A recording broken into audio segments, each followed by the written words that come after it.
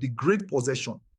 The book of Genesis is made up of 3 records called the J, P, and E manuscripts.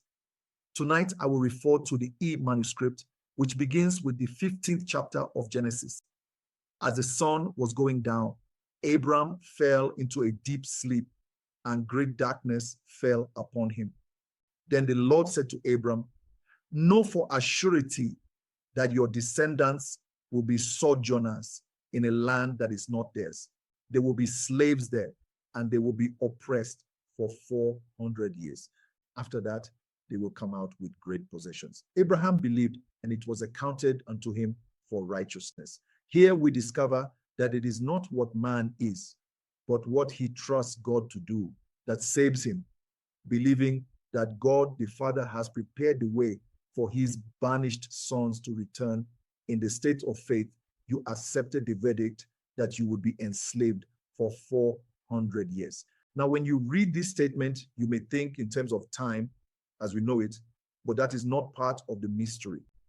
In the Hebrew alphabet, each letter has a numerical as well as a symbolic value. The last letter of the Hebrew alphabet is Taf. Its numerical value is 400, and its symbolic value is that of a cross. That cross is the body you wear. It doesn't mean that it will take 400 years for you to reach the end of the journey, but that a way has been prepared to bring you out of this journey into death. Everything begins, waxes, wanes, and dies here. But God has prepared a way for us, his banished sons, to return to him. And when we do, we will have great possessions. These possessions will not be of an earthly nature, for everything dissolves here. In this world, your possessions enslave you. Buy a home, and the minute you have the feeling of possession, you must insure your property against all the elements. Buy a large diamond of which you are so proud, and you must insure it and pay for that insurance the rest of your days. People who own a fortune in diamonds often place them in a vault and never see them, yet pay insurance on them year after year, but they have the feeling of possession. So you see, regardless of how great you determine your earthly possessions to be, you cannot take them with you. So what is the great possession that you will return with? Life in yourself. The Old Testament is a prophetic blueprint of experiences which take place in the New. And even that which is recorded in the New is not conclusive and vivid. So we search the scriptures to see what we must experience in order to acquire our promised great possession. You and I pre-existed, for there is only God. Diversifying himself into the many by falling into a deep sleep, God the Father is now bearing his cross by wearing our garments of flesh and blood and dreaming our life into being. In this world, we do not recognize ourselves in the other, for wearing a mask, we are hidden from view. Now an animated body, we are destined to be gathered one by one and brought back into that original state with great possessions. That great possession is to have life in ourselves. The word Zechariah means Jehovah remembers, and Zechariah's book is all about remembering. In the 8th chapter, the Lord speaks saying, I will return to Zion, and I will dwell in the midst of Jerusalem, and Jerusalem shall be called the faithful city, the mountain of the Lord of hosts, the holy mountain, and the streets of the city shall be full of boys and girls playing in its streets. When you begin to awaken, you will remember what you were told before that the world was, and memory will return in the form of an experience. When your dream of life comes to an end, a sound, a certain note will call you from the tomb, and you will awaken in your skull and begin to remember God's plan for your salvation. Zechariah's prophecy will be fulfilled in you as you remember, for Zechariah describes Jerusalem in vivid imagery as it will be when city and temple are restored, and we, the exiled, have returned. The night my awakening began, I fell asleep in my normal, natural way. Then a dream possessed me, and I found myself in a glorious city, with no buildings more than 3 to 4 stories high. The sidewalks, wider than any street I have ever seen, were filled with laughing, healthy boys and girls. There were concert grand pianos on the sidewalk at spaced intervals so that one would not interfere with the other. An artist would appear and play just for the joy of those who were present, and each artist had his own following. I sat at one grand piano and watched an enormous crowd follow their hero as he approached my bench. When he arrived, I rose. He thanked me, sat down, and began to play. As he played, his music formed geometrical patterns, all in color. Standing next to him, I knew that if I arrested a certain imaginal activity in me, I would have frozen music to contemplate. I arrested this activity, the music froze, and the sustained notes began to increase in volume. As the sound penetrated my very being, I awoke to find myself not on my bed in my home, but in the holy sepulchre, my skull, where I had been throughout the centuries. Then I innately knew how to get out. I did it and found myself surrounded by all of the imagery of scripture concerning the birth of God. I took 3.5 years for that pattern to unfold in me. But when it was complete, I knew beyond all doubt that I was the one scripture called Jesus Christ. Everyone is God incarnate. You may be unknown, unwanted, and shunned by the world, but you really are God, wearing your cross as you swore to yourself that you would. Now listen to these words. Marvel not at this, for those who are in the tomb will hear his voice and come forth. You may think the tomb spoken of here is a cemetery or graveyard, but I tell you, the tomb in which you are buried is your skull. Your own wonderful human imagination is the God of the earth and sea who is buried in your skull. That is the holy sepulchre. So don't go to Egypt or the Near East to what is called the Holy Land to find the place where God is buried, for he is not there. God is buried in your skull, and it is from that skull that he will rise. No one knows when the power that you really are will awaken and rise from sleep. But I do know that when it does, you will have the power to stop the world, to examine it, and start it again at will. And no matter how long you arrest it, when released, there will be no knowledge of the arrest, for there will be no change. Space is a facility for experience, but time is a facility for changes in experience. And when you arrest time, you arrest change. If you stopped this moment in time and kept it so for 1,000 years, nothing would age because nothing could change. Time is within you, and you can arrest it just as I did the night I sustained the tone. Now, the word translated voice in scripture means noise, sound, the trumpet, reverberation. A reverberation sustained like a storm wind will awaken you from the dream of life, and you will see the world as it really is. For the world is not as your senses and reason belie. You will awaken to say within yourself, I and the Father are one. And if you are one with the Father, who has a son, you must find him. 5 months later, your son, who is God's son, David, will reveal you to yourself. I know this doesn't make sense, but what I am telling you is true, and you will know this truth through experience. In the world, you are oppressed and a slave to the body you wear. No matter how rich or powerful you may be here, you cannot command a servant to eat your food, assimilate it, and eliminate it for you. You must perform all the normal functions of your cross of flesh and blood yourself. Therefore, are you not a slave to it? No one has ever been so wise or powerful that he could forego these functions. If he ever tried, he would die and they would bury him. But the real grave where God is buried is in your skull. There he will remain until the end of the journey, when you are awakened from the dream and come out of your skull as a dreamer. Although banished, God has prepared a way for you, his son, to return. We are all God's sons who collectively form the Father, but we are called back one by one.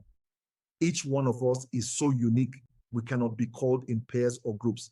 And the night you are called will begin with a dream. as described in the 8th chapter of Zechariah.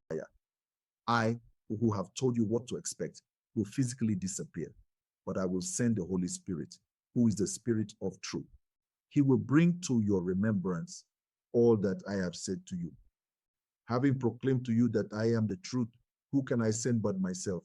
So God himself entered death's door with we who entered. He lay down in the grave with us in visions of eternity until we awake to see the linen clothes lying there that the females have woven for us.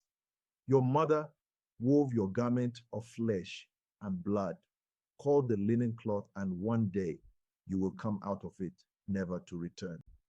You, an invisible being, will feel and hear a power so great it will sound like a storm wind. What I saw was conjured by and supported by a tone. Therefore, if the tone stopped, the beauty I contemplated would vanish. But the tone continued, and as it did, I awoke. There is a tone in you that is unique to you, and one day it will appear in the form of a beautiful pattern. You will arrest that tone, and as it is sustained, the shell in which you have been sealed for unnumbered centuries will crack. You did not begin in your mother's womb, and you will not end in the grave. You are an immortal being who came down into a world of death to dream the dream of life. One day, you will fulfill the 8th chapter of Zechariah and awaken to discover you are life itself. Now, the word Jesus means Jehovah saves.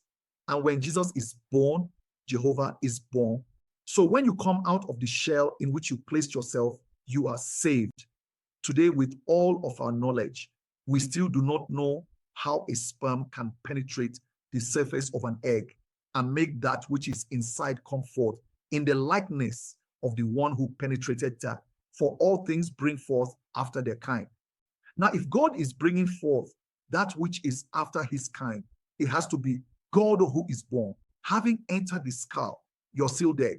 You have been dreaming your flesh and blood life into being. You have made a journey into death. And when the journey is over, God will penetrate your skull, and you, completely individualized, will come forth as God. And so that you will have no doubt as to who you are. God's only begotten Son will call you Father. Only then will your journey be over. Last night I retired, dwelling on this father-son relationship, and I woke about 2:30 a.m. to find myself in a place much like the Plaza Hotel in New York City.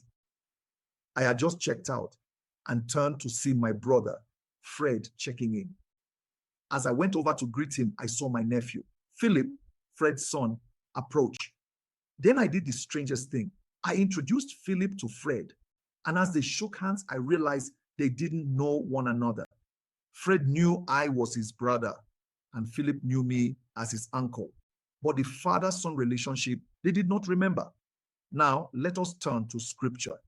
Philip said, "Show us the Father, and we shall be satisfied." And he answered, "Have I been so long with you, and yet you do not know me, Philip? He who has seen me has seen the Father. I saw my flesh and blood, brother and nephew. Yet in my dream, they were only symbols of the Father and the Son who do not know each other. Tonight, I tell you that you are the father of God's only begotten Son, who is named David, but you do not know it. One day, however, you will, for David will stand before you and call you Father. Then this mutual understanding between father and son will be accomplished, and your journey into the world of death will be over." In my dream, I played the part of David as I brought my brother Fred and his son Philip together. The word David is defined in Strong's Biblical Concordance as beloved, the uncle, the father's brother. As David, I made the announcement, "And yet I am the father of David, for I and my father are one." These are mysteries, not of things to be kept secret, but mysterious in nature. They confuse their rational mind as it wants to think on the level of this secular world where a man fathers a child and that's all there is to it. The rational mind cannot solve the mystery of Scripture, for the Bible is not a record of secular history, but divine history, which is something entirely different. All the names recorded there are significant and tell a story that unfolds in the soul. You are the God whose name is I am, but you are in this world and will bear the form of flesh and blood for an allotted time. Then the tree of life that you are will be split from top to bottom, and you, the spirit trapped inside, will be set free. In the meanwhile, dwell upon your great possession. If tonight you own the earth and it vanished at your death, what would it matter? Stalin thought he controlled the world. He killed 20 million people, then vanished. But Stalin did not die. He was restored to life in an environment best suited for the work yet to be done in him. Stalin is a name God adopted in order to play that part, just as God adopted the name Hitler and thought he would rule Germany.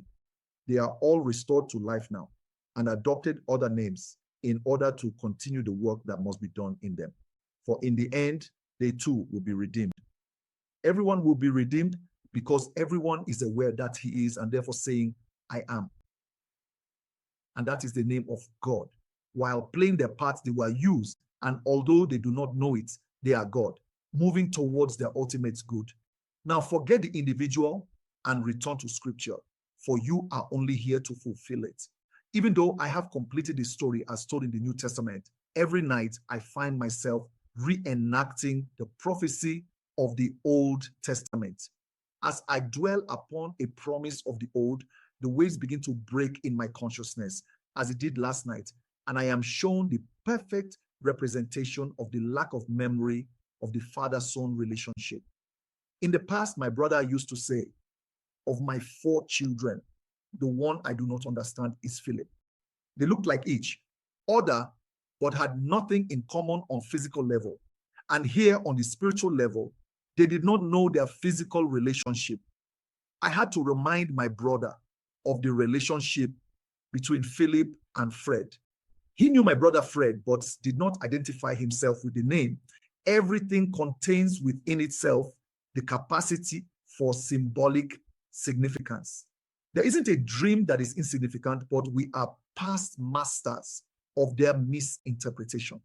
We cannot see the story behind the story. But I tell you, you are here for one grand purpose, and that is to awaken from the dream.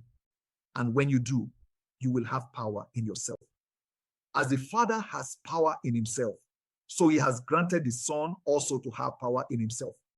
Do not marvel at this, for the hour is coming when those who are in the tomb will hear his voice and come forth. And as you come forth, your power is exercised. There is a note, a tone that will awaken you when the boys and girls play in the streets of the Jerusalem within you. Zion is within you, and the Lord is within you.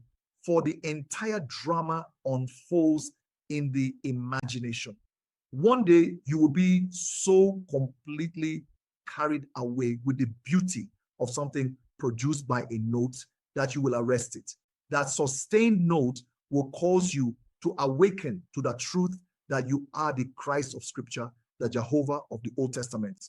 Then you will know that you have returned with your great possession, for you will have transformed an animated body into a life-giving spirit. Now let us go into the silence.